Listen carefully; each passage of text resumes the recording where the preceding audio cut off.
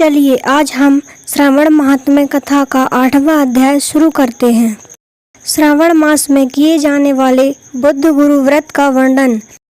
भगवान शिव ने कहा, हे सनत कुमार, अब मैं समस्त पापों का नाश करने वाले बुद्ध गुरु व्रत का वर्णन करूंगा, जिसे श्रद्धा पूर्वक करके मनुष्य परम सिद्धि प्राप्त करता है।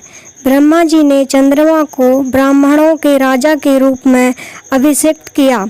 किसी समय उसने रूप तथा यौवन से संपन्न तारा नामक गुरु पत्नी को देखा। उसकी रूप संपदा से मोहित होकर वह काम के वशीभूत हो गया और उसने अपने घर में रख लिया। इस प्रकार बहुत दिन बीतने पर उसे बुद्ध नामक एक पुत्र हुआ, जो बुद्धिमान, सौंदर्यशाली तथा सभी शुभ लक्षणों से युक्त था। गुरु बृहस्पति को ज्ञात हुआ कि तारा चंद्रमा के घर में स्थित है। तब उन्होंने चंद्रमा से कहा कि मेरी पत्नी को वापस कर दो।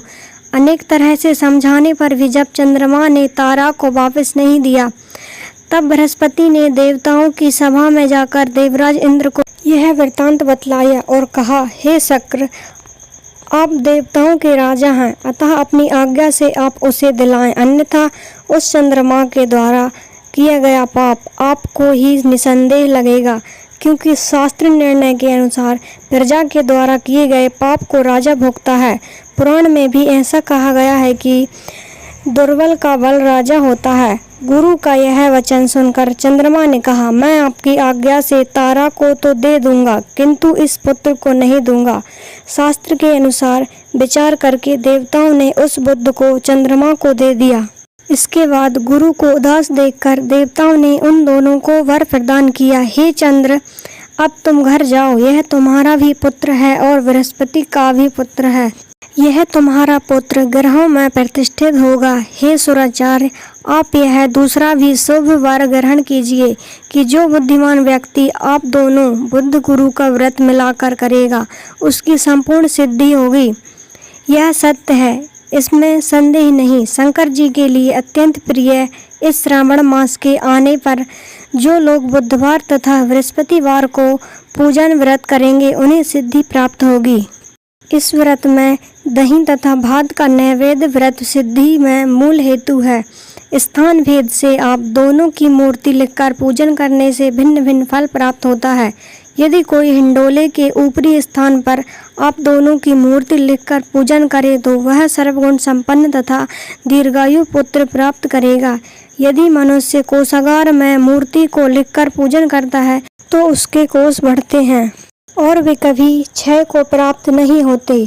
इसी प्रकार पाकालय में पूजन करने से पाक वृद्धि और देवालय में पूजन करने से उनकी कृपा प्राप्त होती है। शय्यागार में लिखकर पूजन करने से स्त्री का वियोग कभी नहीं होता है। धान्यागार में लिखकर पूजन करने से धान्य की वृद्धि होती है। इस प्रकार मनुष्य उन फलों को प्राप्त करता है। इस प्रकार 7 वर्ष तक करने के बाद उद्यापन करना चाहिए। उद्यापन से पहले दिन अधिवासन करके रात्रि में जागरण करना चाहिए। सुवर्ण की प्रतिमा बनाकर विधि पूर्वक 16 उपचारों से पूजन करने के पश्चात तिल, घृत, चारु और अपामार्ग तथा अस्वस्थ से युक्त सुविधाओं से होम कराना चाहिए। अंत में पूर्णाहुति देनी चाहिए। इसके बाद मामा व भांजे को प्रयत्न पूर्वक भोजन कराना चाहिए। इसके बाद ब्राह्मणों को तथा अन्य लोगों को भी भोजन कराना चाहिए। स्वयं भी भोजन करना चाहिए। इस विधि से 7 वर्ष तक करने पर मनुष्य सभी मनोरथों को प्राप्त कर लेता है। जो इसे विधा की कामना से करता है, वह वेद व शास्त्र के अर्थों को जाने वाला हो जाता है।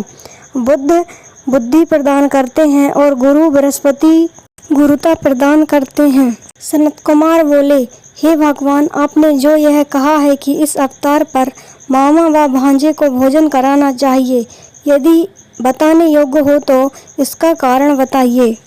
भगवान शिव ने कहा, हे सनत कुमार, पूर्व काल में अत्यंत दीन तथा दरिद्र कोई 2 ब्राह्मण थे। वे दोनों मामा भांजे थे।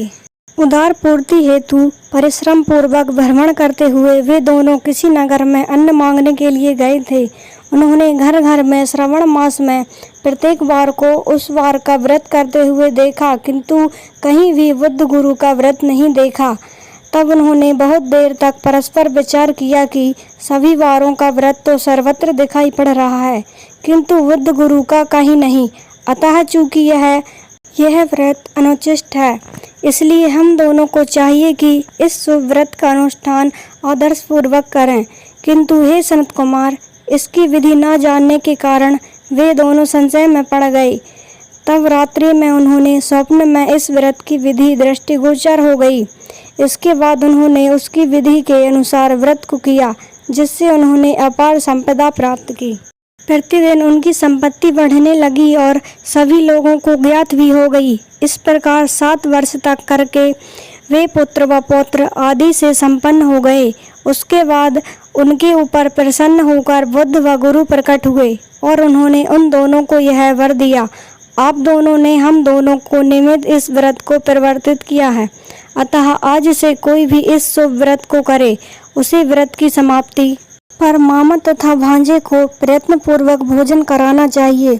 इस व्रत के प्रभाव से उसे सभी कामनाओं की परम सिद्धि हो जाती है और अंत में चंद्र सूर्य पर्यंत उसका हमारे लोक में वास होता है। इस प्रकार श्री स्कंद पुराण के अंतर्गत ईश्वर सनत कुमार संवाद में श्रवण महात्म्य में बुद्ध गुरु व्रत कथा नामक 8वां अध्याय पूर्ण हुआ। हमें आशा है कि आपने इस कथा का ध्यान पूर्वक श्रवण किया होगा और भगवान शिव की विशेष कृपा प्राप्त की होगी।